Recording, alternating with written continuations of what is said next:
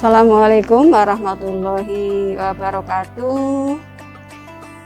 Bismillah, alhamdulillah, wa syukurillah, wala hawla wala quwata illa billah. Asyhadu an la ilaha illallah, asyhadu anna Muhammadan abduhu wa rasuluh. Rabbi shrah li sadri wa yassir li amri wa hlul 'uqdatam min lisani yafqahu qawli, amma ba'du. Marilah kita panjatkan puji syukur kehadirat Allah Tuhan yang Maha Kuasa atas segala nikmat yang telah diberikan kepada kita semuanya, sehingga pada hari ini kita dapat melaksanakan berbagai macam aktivitas dan kita dapat bertemu walaupun hanya melalui tayangan video, karena saat ini memang masih dalam kondisi COVID-19. Kita tetap harus mematuhi protokol kesehatan hingga kegiatan sekolah dilaksanakan secara online dan jarak jauh seperti sekarang ini. Oke, baiklah, untuk seluruh siswa-siswi SMK Negeri 3 Purwokerto yang saya cintai, yang saya banggakan, terlebih dahulu saya sedikit memperkenalkan diri bahwa saya adalah Bu Nuri yang di sekolah kita di SMK Negeri 3 Purwokerto. Saya mengampu mapel PAIBP kelas 10 TKKR 1, 10 TKKR 2, kemudian kelas 11 TPO 1, TPO 2, dan juga 11 TPO 1, TPO 2, 11 TKR 1, dan 12 TPO 2. Oke, anak siswa semuanya yang berbahagia, di sini saya melanjutkan materi kegiatan pesantren. Ini adalah hari yang kedua. Materi yang saya sampaikan adalah ada 3 pokok bahasan. Yang pertama adalah hal-hal yang membatalkan puasa. Kemudian yang kedua adalah hal yang makruh yang dapat mengurangi nilai puasa. Dan yang ketiga adalah orang-orang yang diperbolehkan tidak berpuasa. Namun sebelum saya mengisi materi ini, saya berharap, saya mohon silakan kalian semuanya, baik kelas 10 maupun kelas 11, menyiapkan alat tulisnya ya. Harus ada alat tulis, paling tidak buku dan poin, karena kalian harus mencatat materi yang disampaikan pada kegiatan pesantren kilat ini, karena nanti setelah itu kalian akan ada tugas, yaitu membuat resume atau merangkum, dan kemudian nanti disetorkan kepada Bapak Ibu Guru pengampu mapel PAI. Baiklah, kita mulai saja materi pada hari ini, materi hari yang kedua. Pokok bahasan yang akan saya sampaikan tadi, yang pertama adalah hal-hal yang membatalkan puasa. Hal yang membatalkan puasa adalah perkara yang membuat pahala puasanya tidak sempurna, bahkan puasanya menjadi batal sehingga tidak mendapatkan pahala sedikit pun. Ya.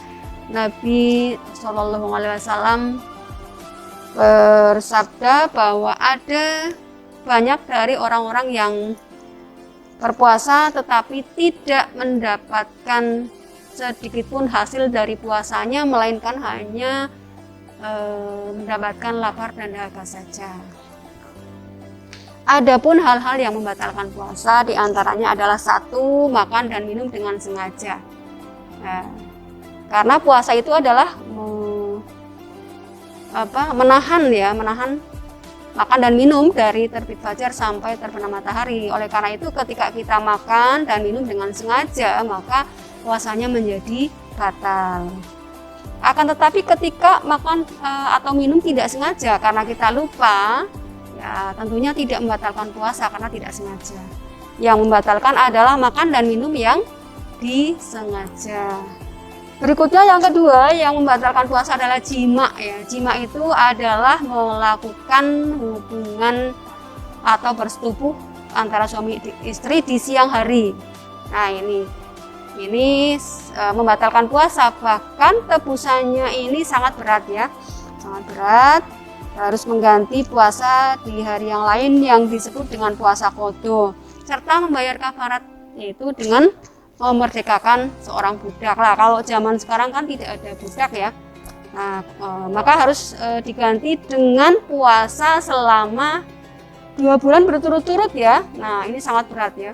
Jangankan 2 bulan, 1 bulan saja kadang-kadang berat, apalagi 2 bulan. Oleh karena itu maka harus berhati-hati sekali ini, karena tebusannya sangat berat. Kemudian yang ketiga adalah mengeluarkan mani dengan sengaja ya. Karena berhayal-hayal, berfantasi, kemudian mengeluarkan mani dengan sengaja itu juga membatalkan puasa, kecuali tidak sengaja, misalnya bermimpi itu ya, bermimpi akhirnya keluar mani, nah ini tidak membatalkan puasa. Kemudian yang berikutnya adalah memasukkan jarum suntik ke dalam tubuh ini ya. Jarum suntik yang dimasukkan ke dalam tubuh, nah itu biasanya diisi dengan cairan yang diisi dengan obat, dimasukkan ke dalam tubuh. Nah ini batal puasanya. Oleh karena itu sebaiknya ketika ingin berobat suntik itu dilakukan pada malam hari. Berikutnya adalah yang keenam adalah haid dan nifas ya. Haid dan nifas itu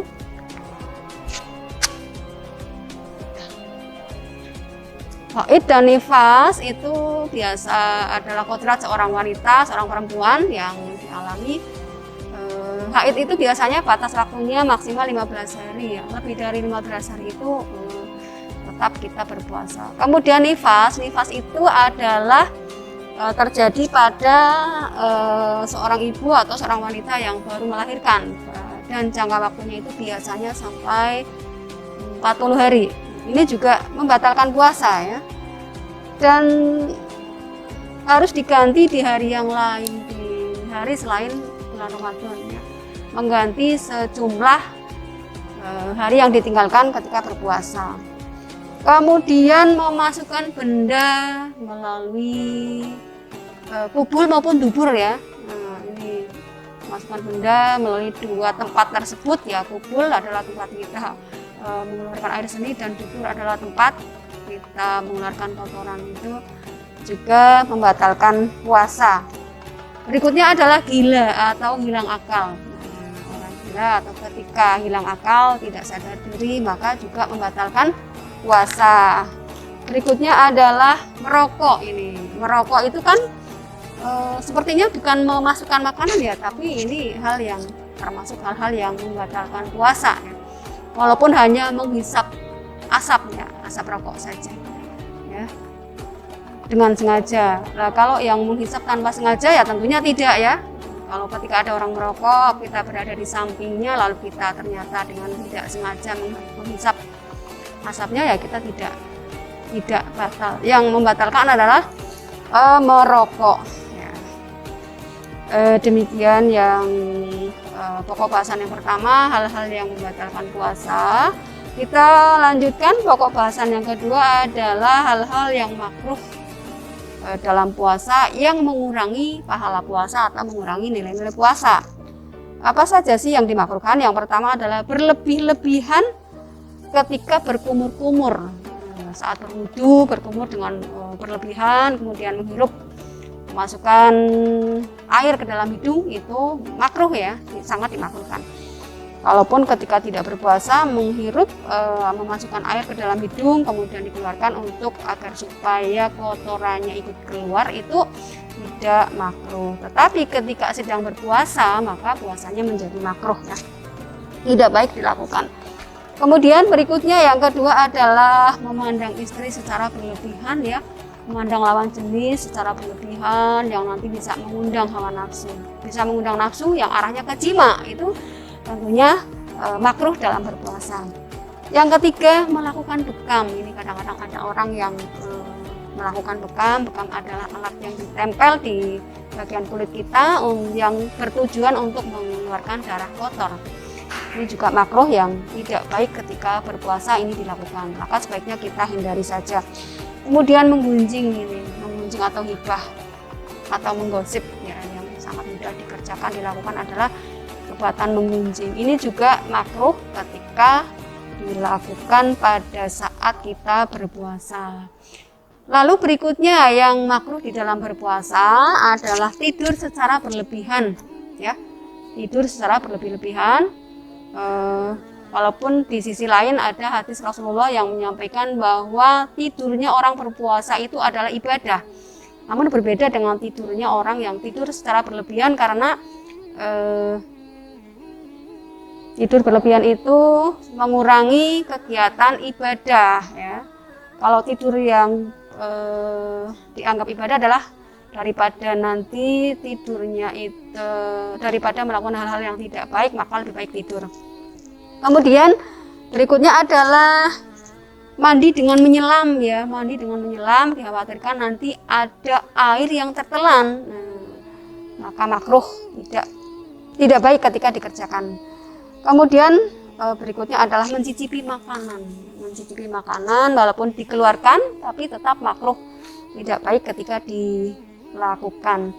Yang selanjutnya adalah menyikat gigi dengan pasta gigi di siang hari. Ya, menyikat gigi dengan pasta gigi di siang hari itu makruh. Oleh karena itu sebaiknya ketika menggosok gigi itu sebaiknya dilakukan di malam hari ya.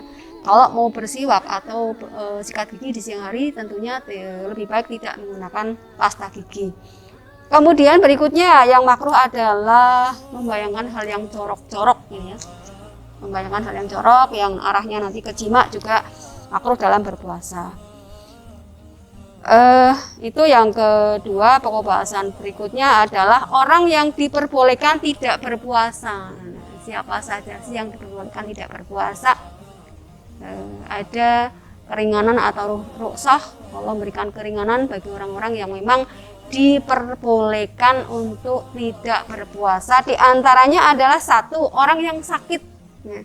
Orang sakit kenapa diperbolehkan tidak berpuasa? Karena apabila berpuasa dikhawatirkan nanti sakitnya akan semakin parah ya. Sehingga diperbolehkan tidak berpuasa, namun juga harus menggantinya di hari yang lain sejumlah puasa yang ditinggalkannya. Kemudian berikutnya adalah musafir ya. Musafir itu adalah orang yang bepergian jauh dan tidak kuat ketika berpuasa, maka ini juga diperbolehkan untuk tidak berpuasa. Musafir bepergian jauh yang bertujuan dengan tujuan baik begitu ya. Dan ini juga harus diganti di hari yang lain di mana sejumlah puasa yang ditinggalkannya.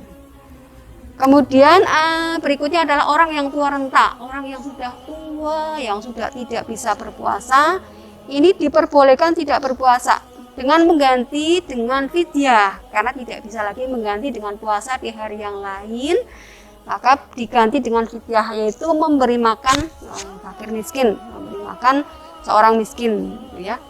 Kemudian berikutnya orang yang diperbolehkan untuk tidak berpuasa adalah wanita hamil dan menyusui. Ya, wanita hamil dikhawatirkan ketika dilakukan puasa nanti akan mengganggu kesehatan dirinya dan kesehatan bayi yang dikandungnya, maka diperbolehkan untuk tidak berpuasa. Akan tetapi ketika memang masih mampu berpuasa walaupun kondisi hamil ya, akan lebih baik ketika tetap berpuasa sampai selesai. Kemudian ibu yang menyusui nih, ketika sedang menyusui nanti dikhawatirkan akan mengganggu kesehatan bayinya dan dirinya, maka diperbolehkan untuk tidak berpuasa, dan ini juga nanti mengganti sejumlah puasa yang ditinggalkannya. Demikian materi yang saya sampaikan untuk kegiatan pesantren hari ini, dan jangan lupa nanti kalian akan diberi tugas untuk membuat resume atau rangkuman, dan saya berpesan lanjutkan puasa kalian sampai selesai dengan amalan-amalan yang lainnya, sehingga nanti setelah selesai akan menjadi lebih baik. Hari ini lebih baik dari kemarin dan besok lebih baik dari hari ini. Terima kasih, mohon maaf atas segala kekurangan. Akhir kata, billahi taufiq wal hidayah. Wassalamualaikum warahmatullahi wabarakatuh.